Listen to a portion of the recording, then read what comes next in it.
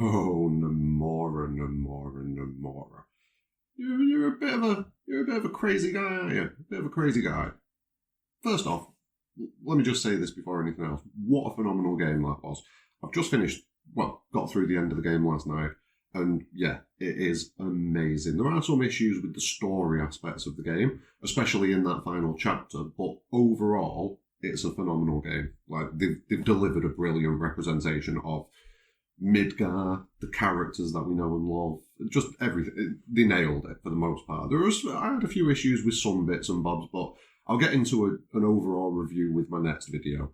Keep an eye out for it because I'll go over the entire game. I'll probably get it done in like the next 48 hours, probably be up by Monday, I'd say. This, however, is more of a near instant reaction to the ending and the story ramifications of that ending. Like I say, I got through it last night, probably at about 1 a.m. And rather than throw a video together when I was pretty tired, pretty drained, I wanted to at least let myself sleep on it. So without further ado, let's get into it. Obviously, there are massive, life-changing, mind-altering spoilers from this point forwards. So if you've not finished the game, I'd advise go away, finish the game now. Form your own opinion on it, but for now, here's mine. The ending of the game was extremely weird, as is to be expected with most things that come from the mind of Nomura. And it focuses massively on fate, destiny, and the alteration and control of that destiny. Again, themes that Nomura and Toriyama can't seem to stay away from. It's something that comes up a lot in a lot of their games.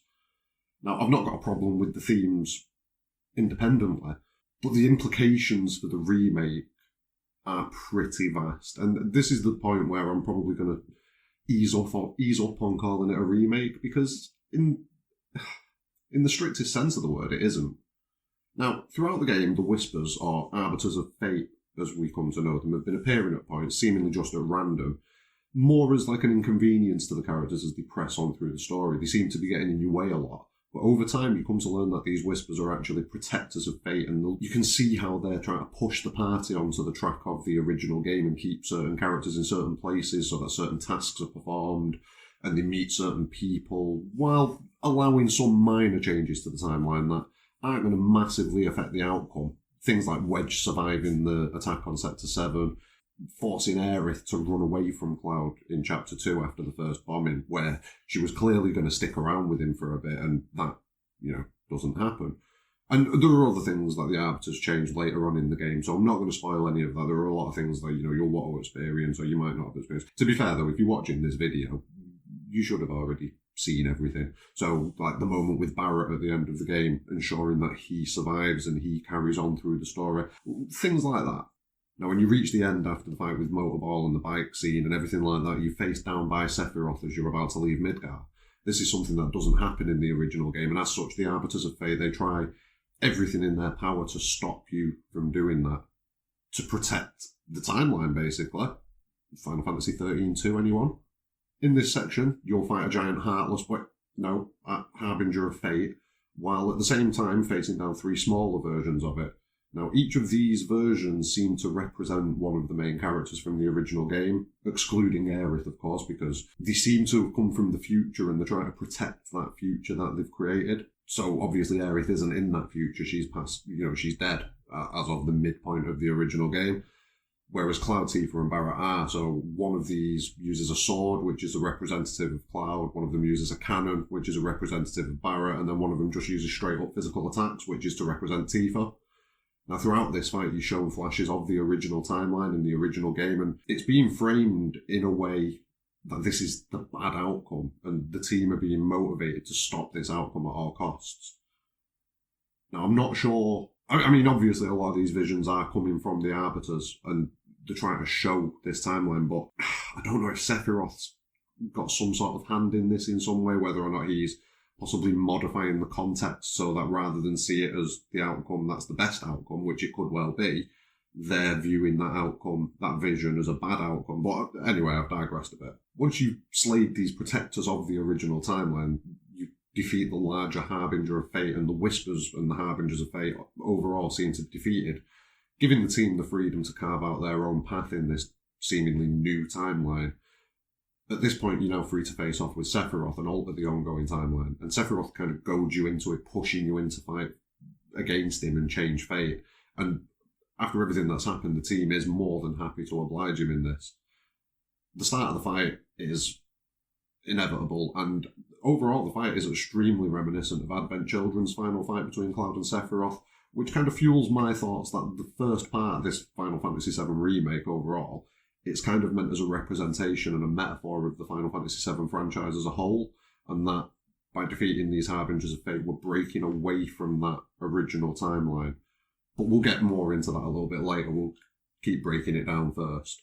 Now, as the fight progresses, and don't get me wrong, it is a stunning fight. The visuals, the music, the framing, everything is perfect. As that fight progresses, more of the team join you and you gradually begin to break Sephiroth down and beat him down. Then as Cloud lands that final blow, there's a massive flash of light and Cloud's transported to a different realm. And the scene looks extremely similar to the end of the original game initially, with Cloud going through the tunnel, kind of landing to face off with Sephiroth. The two face off and Sephiroth asks you to help him change destiny. Cloud obviously refuses this and the two fight, but in this instance Sephiroth easily disarms and defeats Cloud. He then alludes to Cloud not quite being ready yet after clearly toying with him for the duration of this fight, and he disappears after giving Cloud a bit of a warning and leaves him at the edge of creation.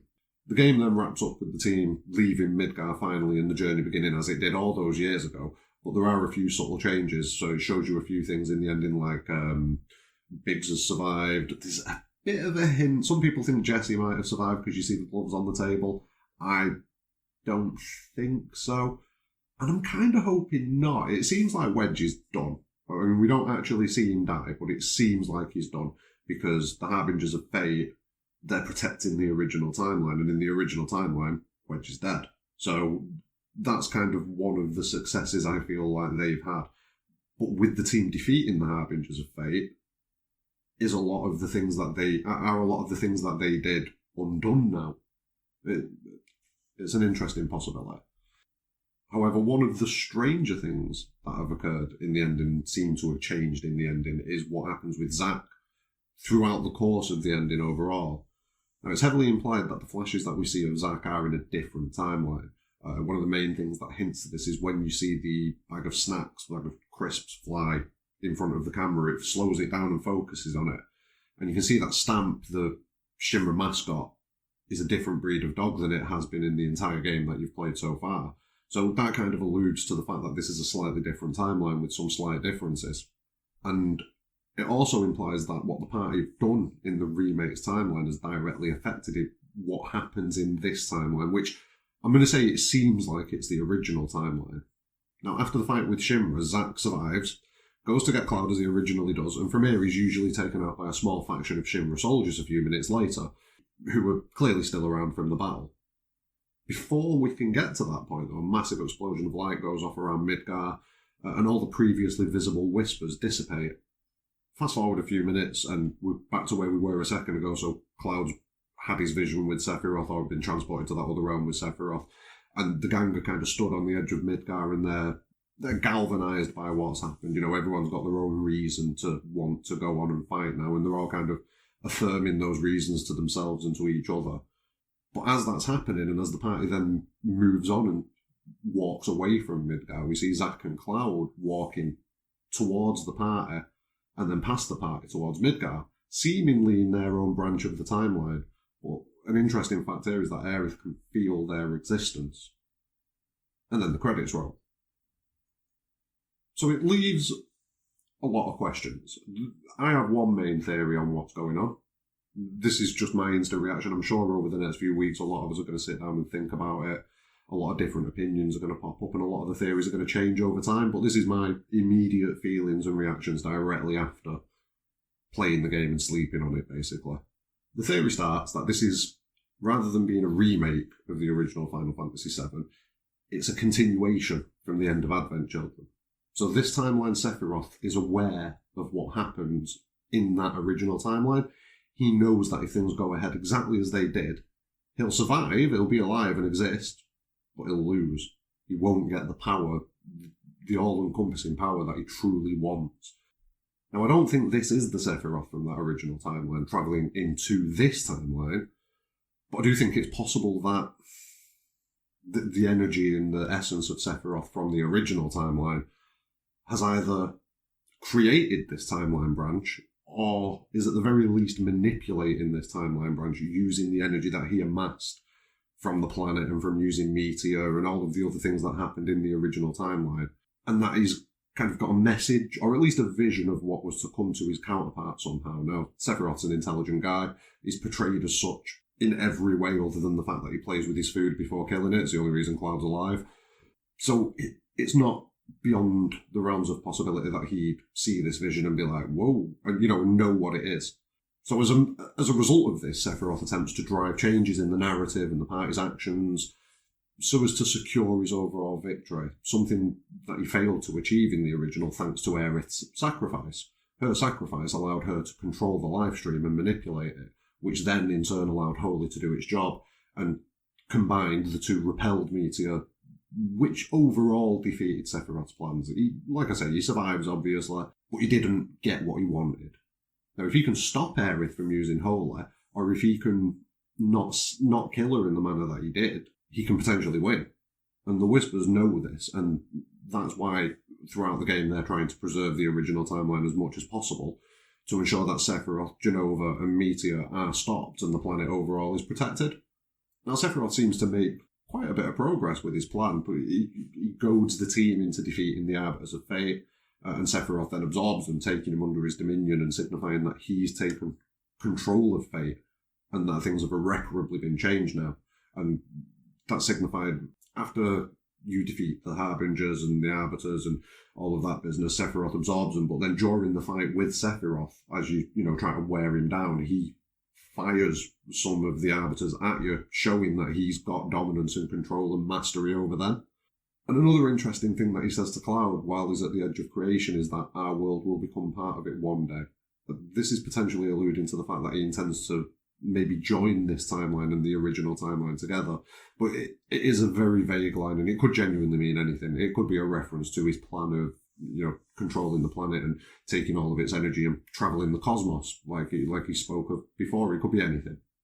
Another possibility directly relates to what we've seen happening with Zack throughout the game. Now, as we know, Zack doesn't die in that initial fight. Instead, he dies from an ambush a few minutes later by a remaining group of Shinra soldiers.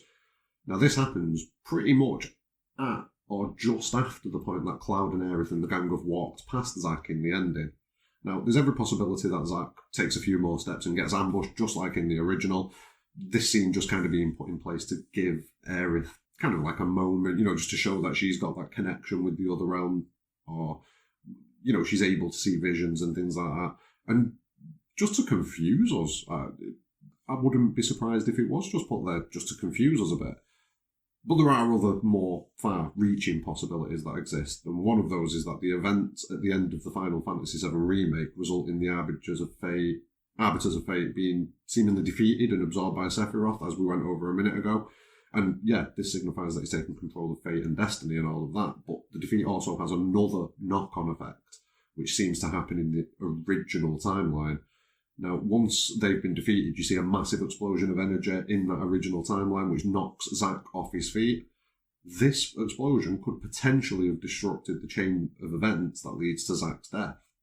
Now, Zack's survival in the original timeline would have massive ramifications on the story, the whole scope of which I couldn't even attempt to delve into in this video, but some of the main things that it changes.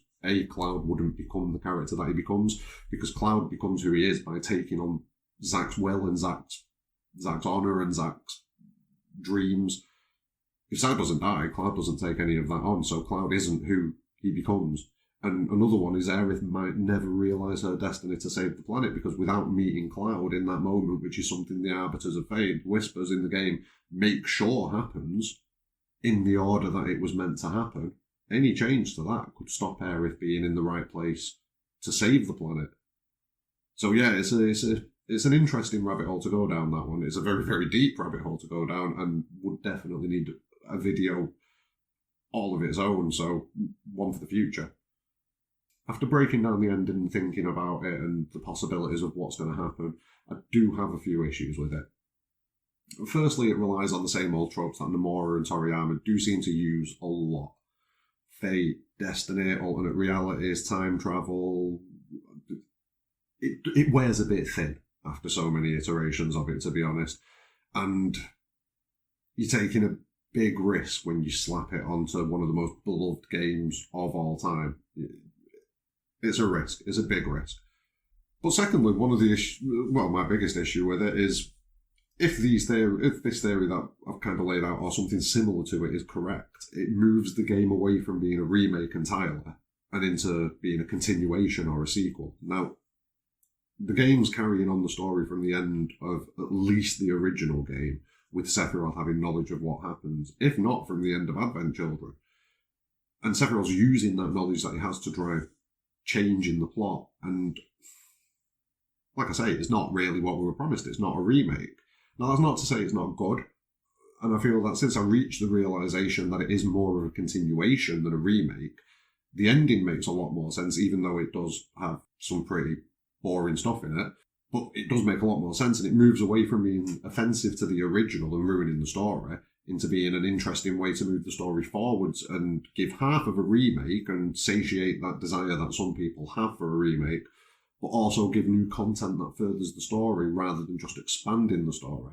And I do think they did a brilliant job of expanding the story in the main game, like adding in the Jesse segments and things like that, adding in the additional characters in War Market, while I do kind of miss the original mission to get all of the components of the dress together, and I miss the fact that you could end up with one of three characters being chosen for the date. It's apparently only Cloud that you can choose for the date, that can be chosen for the date now. But they were all good expansions. This isn't an expansion, this is a change. And while it is good, like I say, it's not the remake that we were promised, and that some of us have been waiting a very long time for. And it does leave a bit of a disappointment. Now, it's possible none of us have got this right, as Nomura does have a tendency to completely subvert expectations with his stories. But the issue is a lot of the time this ends up making the story not make as much sense as it could. I mean, subversion is a useful and powerful tool, but subversion for subversion's sake and without proper story planning often falls flat. Look at Game of Thrones Season 7 and 8. There was subversion after subversion after subversion, but it didn't work. And in the early stages of the story, yeah, there were some subversions, but they were built and they were believable, and the characters that were involved in them made sense and it was believable. And I think that's where Nomura could go wrong here and the rest of the writing team. It's also a possibility that this is actually still going to be an expansion of the original and remain faithful to the plot points we all know and love. That Zack scene could have just been a flash of what came before, giving Aerith a feeling of what happened to Zack, so she's kind of got a bit of an instinct that something bad happened to him. Seconds later, Zack might still get gunned down and the story, on the whole, progresses as normal, with these diversions being put in place purely to make us think things can change and be different. But overall, fate is inescapable. That would then make them Whispers a massive red herring, literally put in place to confuse us and convolute the story. But if I'm honest, that doesn't make much sense, especially with the thing that kind of nails in for me that this is going to be the way it goes is that the Arbiters of Fate represent Cloud, Barret and Tifa and state that they're protecting the future that they fought to create or something to that effect if you assess them in combat. It's a very confusing ending with a lot of possibilities going forwards, and one thing that Square Enix have done brilliantly is give us a lot of talking points. Like, this is not going to run out of fuel until the second part comes out, I'll guarantee it. Whether or not this ending goes down as a classic, a mistake, a confusing red herring, or something else, all relies on what they do going forwards now with the next part of this saga. And despite all of my misgivings and concerns, like I've stated earlier, I still can't wait to see where this journey takes us. It was a brilliant game. The story is confusing, but I think a lot of the confusing comes from them referring to this as a remake when it seems like it isn't going to be a remake. It's a reimagining, an adaptation, a continuation more likely, because Sephiroth has that past knowledge. It could be that he's just having visions. There is no outside interference and he's just seeing visions of the future, but the Arbiters of Fate, the different stamp on the packet of crisps in the Zack flashback, it's all hinting towards the different timelines there, and we'll see where it goes. But anyway, I've rambled on enough. Thanks very much for watching. Please do smash a like on the video and subscribe to the channel. And yeah, if you've got any thoughts on this, leave them in the comments below. You can also find me on Twitter at Set to 6 Gaming. get involved in the chat there. But yeah, have a good day. Peace.